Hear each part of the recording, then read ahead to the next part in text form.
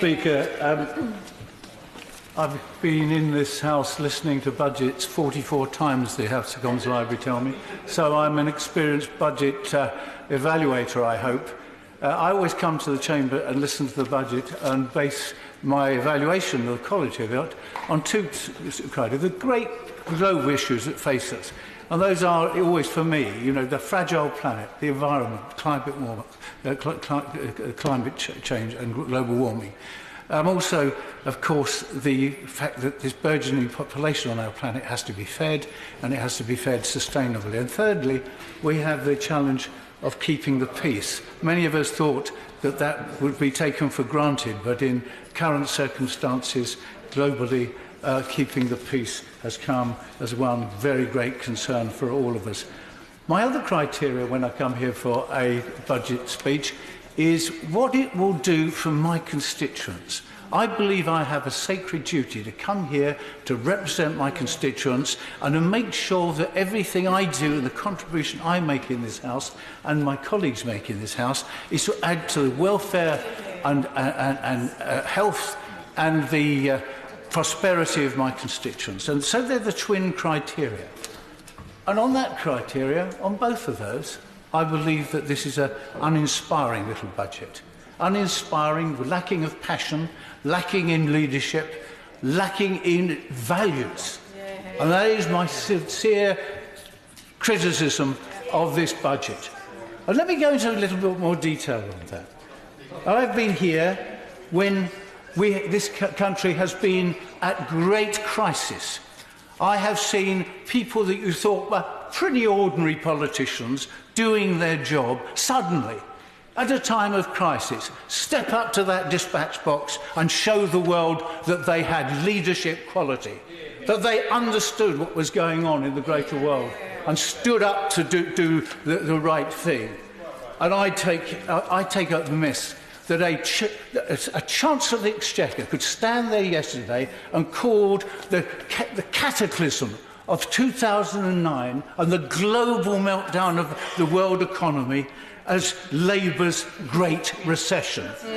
Well, I have to say, Mr Deputy Speaker, it must be a very powerful Labour Party and a Labour government that caused the world recession. What rubbish! That a man that's supposed to be our Chancellor of the Exchequer could say such a thing. Shame on him. I saw Gordon Brown and I saw Alistair Darling at that dispatch box making decisions, calm in the face of a gale, a hurricane in the world economy, and they stood there, they made their right decisions, they bailed out the selfish banks, they did what was necessary to save our country. And don't this bunch over here tell us how to raise to our responsibilities. Absolutely. We showed leadership. No, I'm not listening to you. We showed leadership. We showed that we had the values, and we worked incessantly to get this country back on track. Absolutely. And I really do not. Please, if the House wants to learn something, just look, for example, I've left my glasses. Give way over there now. I'll give way. No, I thank the honourable gentleman for giving way.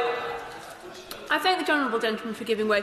We understand that there was a global crisis, a global banking crisis. But is it not right that the Labour government had not prepared this country for problems that might occur by chronic overspending of money that we just didn't have, leaving us in a great deal of debt at the point that this recession occurred? Very Sherman. Mr Deputy Speaker, I hear what the lady says, but let's be serious. Can I recommend that she goes away and she looks at a rather good book that I've recently read, Gretchen Morganson's book, Reckless Endangerment, How Outsized Ambition, Greed and Corruption Led to Economic Armageddon. Read it, learn it, because that is what we came through. And I want to say also, Mr Deputy Speaker, when I listened to the debate yesterday and listened to the Chancellor's remarks, he didn't touch really on many of the issues that touch on my community. The fact is that we have a hospital in danger. The fact that it suffers from a PFI, a private finance.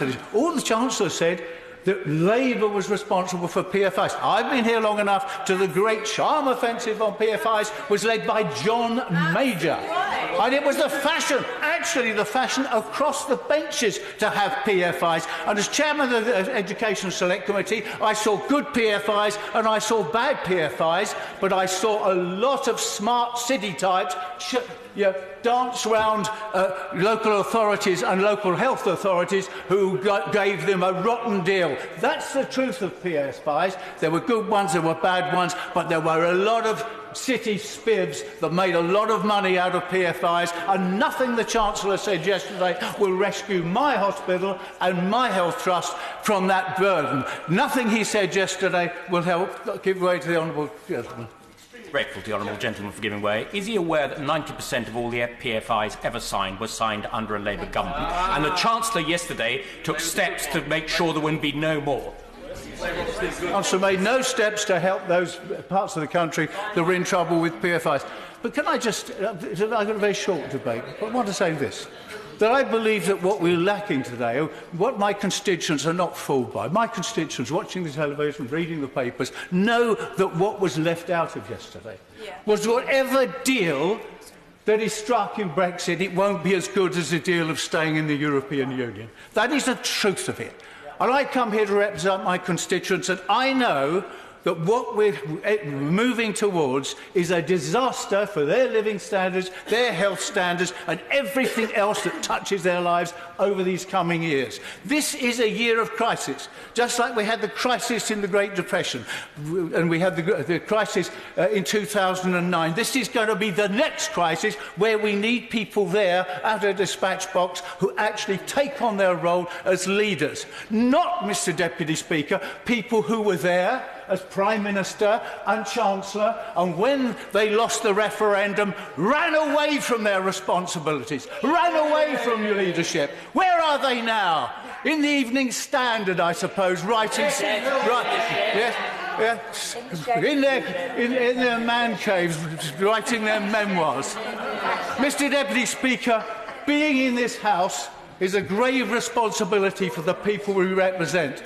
It doesn't come and go. You try a little bit of time as Chancellor of the Exchequer, a little time with the Prime Minister, and then you disappear. The great people that have been at that dispatch box are the people who had values, showed leadership, and led this country in times, good times and bad times. Mr. Deputy Speaker, we are heading for a very bad time indeed if we leave the European Union on bad terms. That is the fact of the matter. Wasn't mentioned. Chancellor of the Exchequer, at this time of crisis, impending disaster for our country, hadn't got the courage to mention Brexit more than once. That is the truth. My constituents want me to say that today. People in this House know it's the truth. And I am thinking at this time of the year, I've got my copy on, as most people have. I've just been reading a lovely new history about the First World War. And the fact that right in the middle of that war, everybody knew it was unwinnable, that more and more young men were going to die. And of course, the real responsibility for the First World War was us. It was politicians. Politicians that failed the people of this country. German politicians that failed their people. French politicians as well. But it was politicians that did it. And they went on, killing more and more young people. And that was a failure of leadership. Failure of values, failure of the responsibility to be at that dispatch box and make courageous decisions. And we're heading in that direction, not particularly in war, but into the most troubled times when our people will come out impoverished, miserable, unhappy. And that will hurt their health, their education and their chance of a good life. And for my part, I will do everything I can to stop the disaster that those people have wished on our people. Yeah.